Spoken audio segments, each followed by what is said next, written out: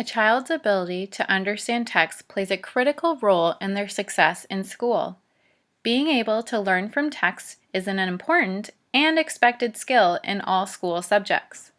In addition, research has shown that when children are provided with opportunities to combine hands-on learning activities with reading, they learn more than if reading is not included in the learning process. In this video, we will explore the factors that influence text comprehension and the differences between poor comprehenders and good readers. Let's dive in. So what influences children's ability to understand what they're reading? The simple view model states that reading comprehension equals word recognition plus oral language. A child's ability to recognize words is strongly influenced by their reading fluency and vocabulary. Reading fluency is the ability to read words in a text accurately and quickly. Fluent readers are able to recognize words automatically, allowing them to focus their attention on the meaning of what they're reading and to make connections between the text and their background knowledge. In contrast, disfluent readers often must focus a lot of their attention on recognizing words, which means they don't have a lot of attention and resources left to focus on the meaning of the text and to understand what they're reading. Vocabulary refers to our knowledge and understanding of word meaning. A child's reading vocabulary includes the words they recognize and use in print or writing. Vocabulary plays an important role in learning to read and reading comprehension. In order to be able to understand what they're reading, children need to know what most of the words in a sentence or text means. The second part of the simple view model is oral language. A child's oral language skills greatly predict their literacy development. Research shows that children who have trouble with oral language are at a high risk for reading problems. Studies have reported that poor comprehenders or children who have difficulty understanding what they read often have deficits in understanding oral language as well, showing deficits in their semantics or knowledge of word meanings and their understanding of grammatical relationships between words and sentences. Reading comprehension also involves higher-order language skills and cognitive processes.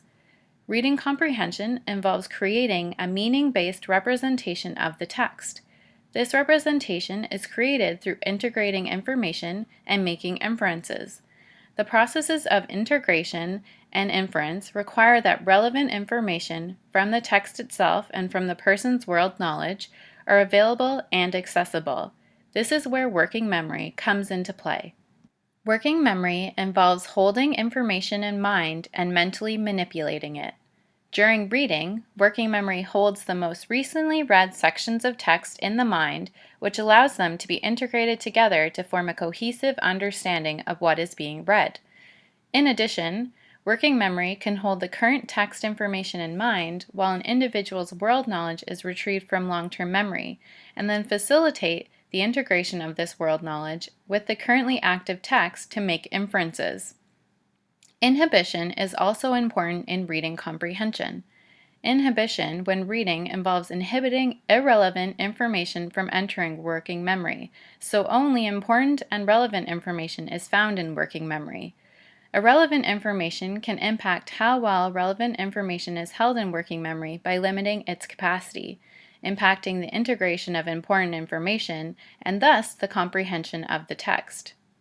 Reading comprehension is also influenced by an individual's world knowledge and specifically the knowledge they have on the topic they're reading about.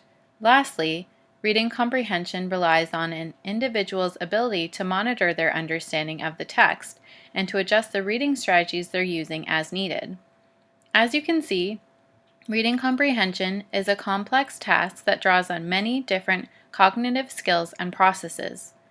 Research has shown that poor comprehenders, or individuals who have difficulty understanding what they're reading, have deficits in working memory, oral language, inferencing, and inhibition.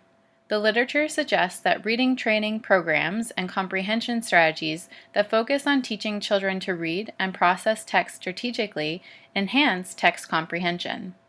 To understand what strategies may be helpful for students having difficulty understanding what they're reading, let's take a look at what makes someone a good reader. Good readers use a variety of strategies when reading challenging texts.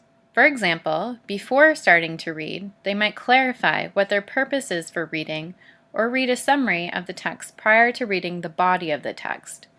During and after reading, they might ask themselves and others questions to ensure they are understanding what they're reading.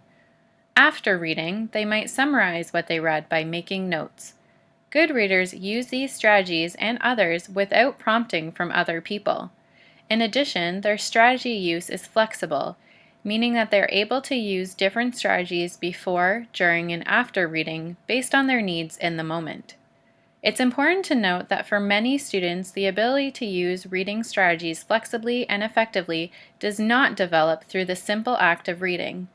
Reading comprehension can be improved when teachers explicitly teach reading strategies to their students. Once taught, over time, these students can learn to self-regulate their strategy use. So what strategies can you teach your students? In my next video, I will discuss reading comprehension strategies that are beneficial for all students and can be easily implemented in the classroom. Head over to this clip by clicking the link in the description box.